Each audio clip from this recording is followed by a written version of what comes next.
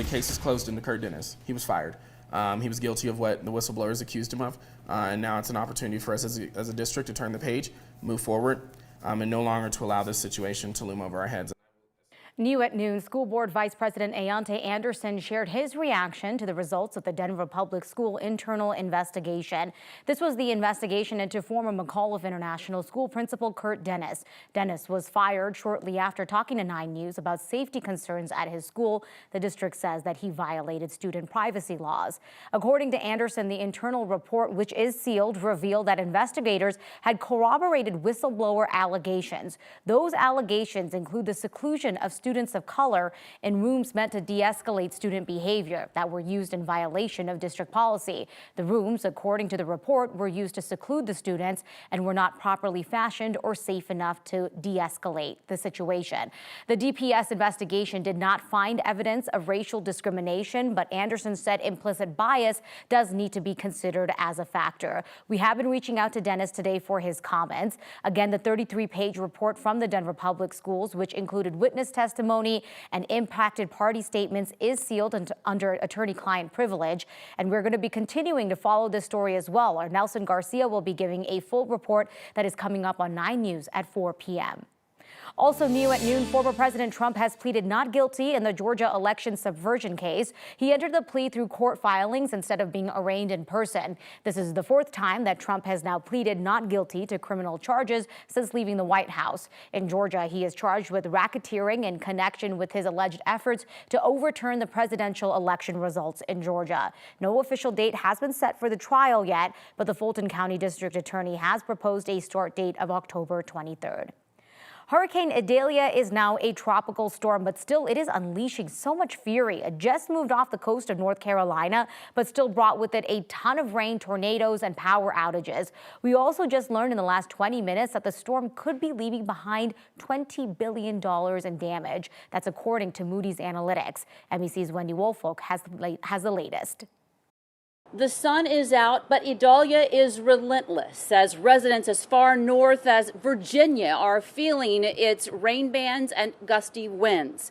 There is a tropical storm warning, though, still in effect for the entire coast of North Carolina. But here in South Carolina, last night's high tide was the 5th highest in Charleston history, 9.2 feet, and exacerbated by the storm surge and supermoon. But the cleanup in Florida is only the beginning, as the Big Bend region took the brunt of the storm. They are sifting through countless downed trees and power lines and destroyed structures that were simply no match for Idalia's strength. Thousands from Florida and Georgia to the Carolinas are without power, and that brutal summer heat here in the South is only going to make things worse. If there is one glimmer of hope, forecasters are predicting that Idalia will head back out to sea at some point this afternoon. That's the latest here in Charleston. I'm Wendy Woolfolk. Now back to you. Back here at home, we're taking a live look out over downtown Denver with the temps getting close to the record high for today. We're going to head right over to Chris Bianchi. My goodness, it is just heating up and sticking around for a bit. Yeah, it seems like we had that's such a cool start to our summer. Had all that rain, and we're kind of making up for it now. Doesn't it kind of feel that way, Anusha? No, it totally does. At first, I was like, hey, this summer's not so bad. I can do it. And then all of a sudden, it was like, never mind. We're just going to stick around in the 90s for days on end. Yeah, exactly. Come mid-August, boom, it's just been nonstop heat, and it continues here today. It'll continue for tomorrow. We do have some signs of slightly cooler weather by the end of the weekend to the early part of next week, including, by the way, Labor Day, but it does look to, of course, stay on the hot side. It's a bit windy this afternoon, so it's kind of that hairdryer analogy where it kind of feels like you're in the middle of a hairdryer for today with those gusty winds and hot temperatures. Isolated storms return for tomorrow, but pretty hit or miss stuff for us here along the Front Range. 93 right now here in Denver. Record high for today.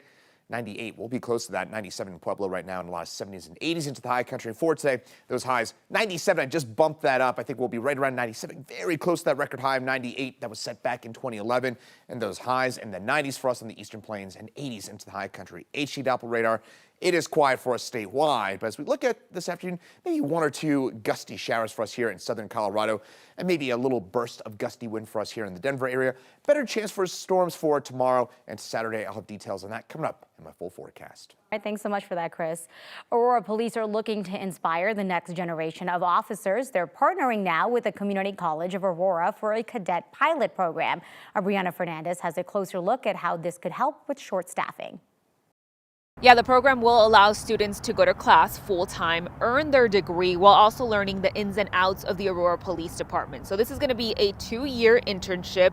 So 20 students will work in different positions at the department. So the crime scene investigator, the traffic unit, or a patrol officer. The program requires every student to be full-time at the Community College of Aurora, complete 40 volunteer hours per year and 8 program hours per month.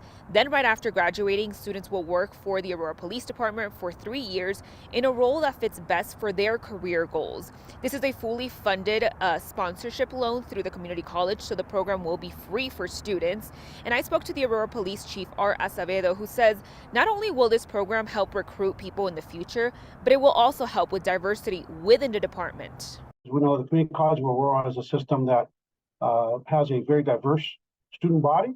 And I think that's going to help us with our recruiting efforts, and we're excited about the program. At the end of the day, we're hopeful that what will happen is that we will build these relationships. We'll end up with some young folks that will make the Aurora Police Department. Yeah, and according to the chief, he says that 20 students will start this program. That program is expected to start next year, spring 2024. For now, I'm in Aurora. Brianna Fernandez for 9 News. Today is International Overdose Awareness Day, and the White House is marking it with a new investment.